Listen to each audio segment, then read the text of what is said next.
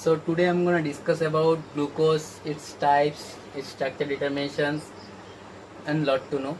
So let's begin. At first we have to know that what is glucose. So the general formula of glucose is C6H12O6. Basically glucose is a carbohydrate. As you can see here, 6 carbon molecule attached with 6 water molecules. So it makes a hydrated carbon. That's why it's called carbohydrate. Now come to the structures. This is the structure of glucose, which both are same. So glucose is basically a monosaccharide which contains a aldehyde group.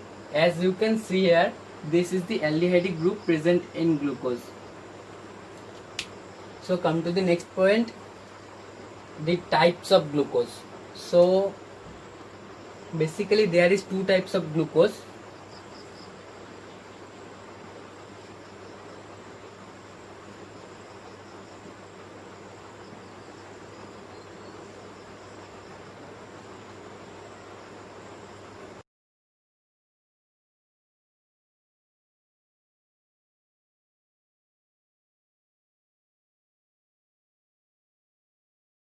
So there is two types of glucose. One is D-glucose. One is D-glucose and the another one is L-glucose. Now you have to know the difference between D and L-glucose. These two pictures might look like same, but the difference is in configuration. If you look closely, you can see that the positions of hydrogen and OH in D, the positions of hydrogen and OH are different in D and L glucose. Like here the in case of D glucose, the hydrogen is in the left hand side, but whereas in the case of L glucose, the hydrogen is right hand side. So same as C4, C3, C4 and C5 carbon, the positions of hydrogen and OH are opposite to each other in D and L glucose.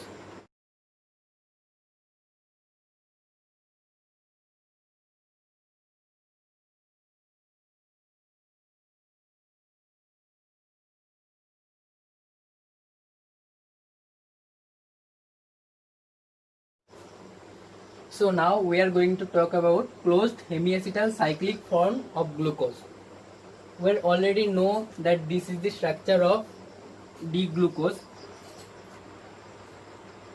So now if we draw a 6-membered closed hemiacetal form, it will name as D-glucopyranose. And in the other end, if we draw a 5-membered closed hemiacetal form, it will name as D-glucofuranose. So now come to the next point, anomers of glucose.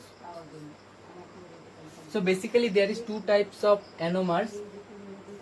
One is alpha anomer and the another is beta anomer.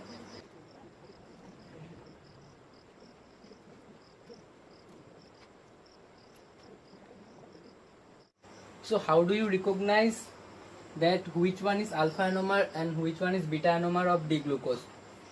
So basically the reason is depend upon the anomeric position. If the anomeric OH is in the right hand side, it becomes an alpha anomer of D-glucose. And if the anomeric OH is on the left hand side of D-glucose, it becomes a beta anomer of D-glucose. So let's jump to the next point, Howard projection. There are two types of anomers of glucose.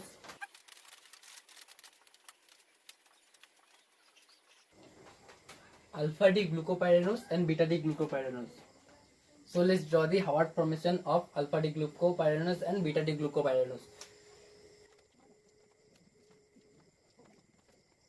So it is the structure of alpha D glucopyranose. Now let's draw the Howard projection of it. So you have to draw a 6-member cyclic structure.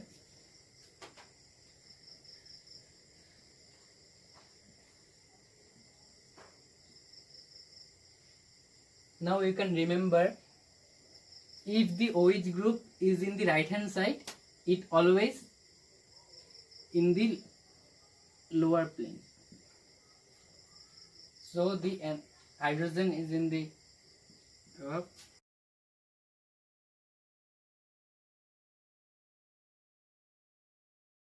Always remain in the upper position. H2OH. So it's the structure of Howard projection of alpha D glucopyranose.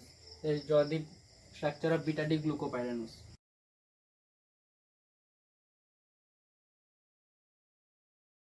Again we have to draw a 6-member cyclic structure.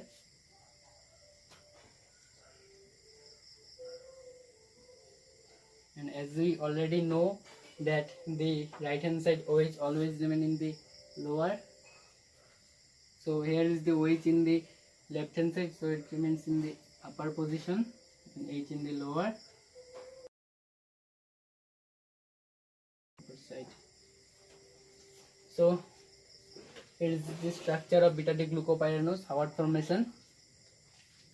Now last of all we have to know the chair formation of this. So you can remember it as all of the OH groups are remained in the equatorial positions.